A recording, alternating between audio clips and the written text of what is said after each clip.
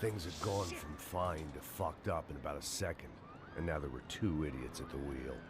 Max Payne 1 rewrote action games, with its John Woo, dual gun blasting, slow motion jumping, badass action style. And Max Payne 3 just took all that and updated it with better graphics and created one of the slickest cult fan favourite shooters of all time.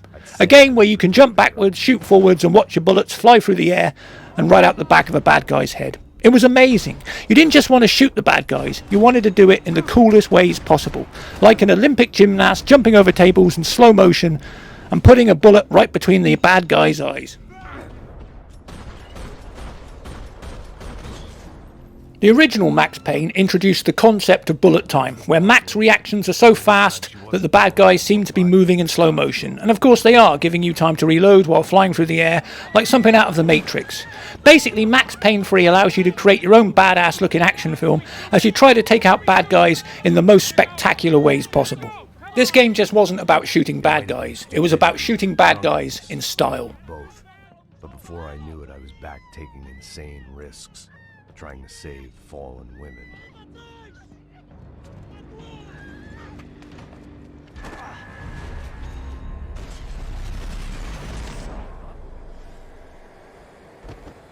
Now all of this was done in the first game, which was a masterpiece, and it changed gaming forever, with its dark storytelling about a life-weary cop whose family are brutally murdered. And years later in Max Payne 3, we find drunk-ass, broken-down, old, middle-aged Max still drinking and shooting his way through armies of bad guys. Whilst doing all this, Max pulls off moves that most middle-aged men would be amazed at. I mean, most 40-year-old guys get tired just bending over to tie their shoes. But not Max. He can fly through the air with the greatest of ease, like a daring old drunk hell-bent on revenge. I imagined the elevator doors opening to a firing squad of muzzles. As far as I could see it, the one thing my plan had going was that no one else would be stupid enough to pull this move. Max comes across as life-weary and tired as always, with his cynical commentary on the situation, but in this game Max ain't in his usual New York snow-covered dark home. Now this time he brings his downbeat, worn-out personality to the colourful, sun-drenched beaches of Brazil, as he takes on his new life as a bodyguard to a bunch of rich brats and political figures and playboys. You know, the kind of people Max hates. And right from the start there's trouble, as Max has to foil a kidnapping attempt. Dragging Bronco along would slow them down, but not much. It's not long before Max is risking his life in insane stunts once again, but unlike the old games, this has better graphics, and new players will feel the same way I did when I first played the original game, and they'll be amazed by the slow motion bullet time action that I was. My advice is to play this on PC, because it's 60 frames per second. The console version has yet to get an update, so it's stuck at 30. And a game like this is really made for 60. It really looks so slick. Even if you don't use the bullet time, the cover system and slow motion final kill cams are visceral and impressive. Even playing it today, it's easy to see why this was so popular with gun-running, third-person shooting addicts. The new story and setting gives this game a different feel to the old ones. It reminds me of the film Logan, with a burnt-out, aging hero like Max on one last bullet-filled crusade to shoot as many bad guys as possible in the most gravity-defying way. When it comes to third-person shooters, you ain't going to find much better than Max Payne 3, except maybe Max Payne 1 or Max Payne 2. But those games show their age a bit now with their old graphics. But Max Payne 3 still looks great and plays even better. And Max Payne is as subtle as a sledgehammer, as he blasts his way through various levels of Brazilian bad guys from clubs to football stadiums, and with a ton of different guns, a cover system, bullet time, slow motion and kill cams, you can't fault it.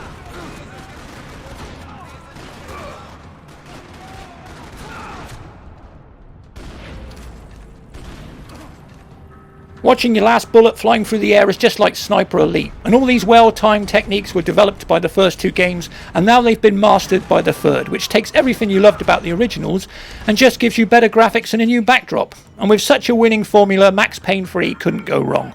The dual gun-wielding, high-flying acrobatics is now synonymous with Max Payne games, and even though many fans want a fourth game, in many ways Max Payne 3 wrapped up the story quite nicely.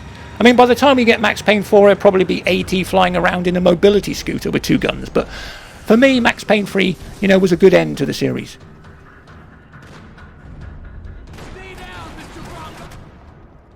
But until we get Max Payne 4, we still have Max Payne 3 to replay. And while we do, we can marvel at the action set-piece stunt kills we can pull off.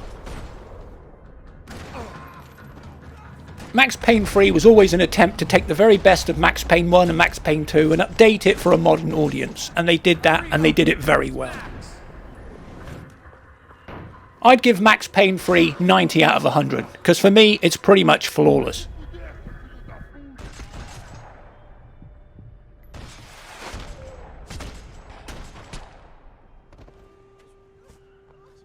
You're okay.